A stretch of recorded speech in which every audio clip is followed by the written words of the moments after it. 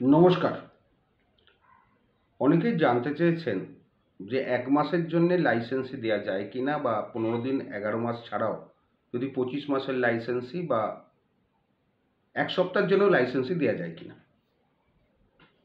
দেখুন, আমার আগের ভিডিওগুলোতে বহুবার বলেছি, দেওয়া যায়, যায় না বলে এরকম কোথাও লেখা নেই। সেক্ষেত্রে এগ্রিমেন্টটা যেন ঠিক থাকে। বারবার যে কথাটা আমি বলি যে এগ্রিমেন্টটাই হচ্ছে আসল।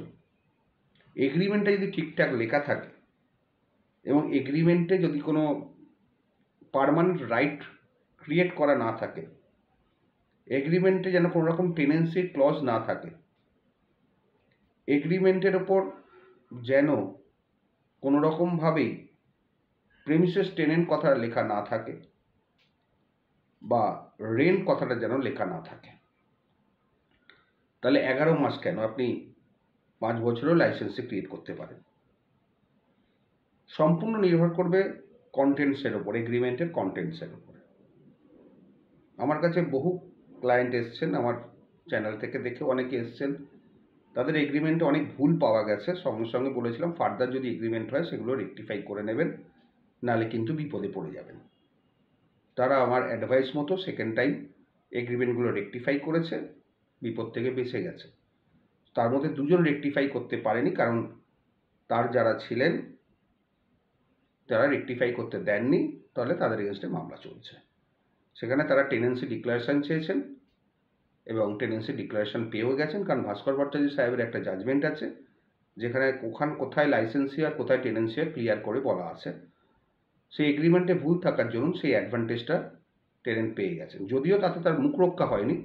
পরবর্তীকালে তার এগেনস্টে এভিকশন অফ টেনেন্টের মামলা করে তাকে তোলা গেছে, কারণ সে লাইসেন্সির মামলা যখন করা হয়েছিল সেখানে সে বলেছিল যে সে সে লাইসেন্সি নয়, টেনেন্ট। তারপরে মামলাটা তুলে নিয়ে আমার অ্যাডভাইস মতো এভিকশন অফ টেনেন্সির মামলা হয়। সেখানে তিনি লাইসেন্সি যখন বলতে গেছেন তখন কোর্ট বলেছে আগে তো আপনি নিজেকে টেনেন্ট বলে ডিক্লেয়ার করেই দিয়েছেন এবং সেই মর্মে আপনার অর্ডারও আছে, সুতরাং কখনো আপনি টেনেন্ট বলছেন কখনো লাইসেন্সি বলছেন, সেরকম করে হবে না। এবং সেই মামলায় ওনারা ডিক্রি পেয়ে গেছেন, মানে আমার যারা ক্লায়েন্ট।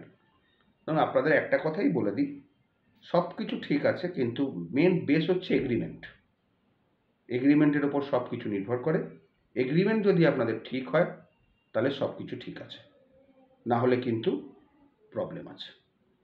একটাই জাজমেন্ট আছে ভাস্কর ভট্টাচার্য সাহেবের, আর অন্যান্য জাজমেন্টও আছে, আমার অতটা চোখে পড়েনি, কিন্তু একটা জাজমেন্ট আমার চোখে পড়েছে তাই বলে দিলাম। সুতরাং বুঝে শুনে ভালো লোককে দিয়ে এগ্রিমেন্ট করাবেন, যারা এই ব্যাপারে অভিজ্ঞ। হয়তো আপনার ফিস বেশি লাগবে, কারণ অভিজ্ঞ লোকেদের ফিস বেশি হয়, স্বাভাবিক, কিন্তু সেটাতে আপনার ভবিষ্যতের পক্ষে ভালো। ভালো থাকবেন।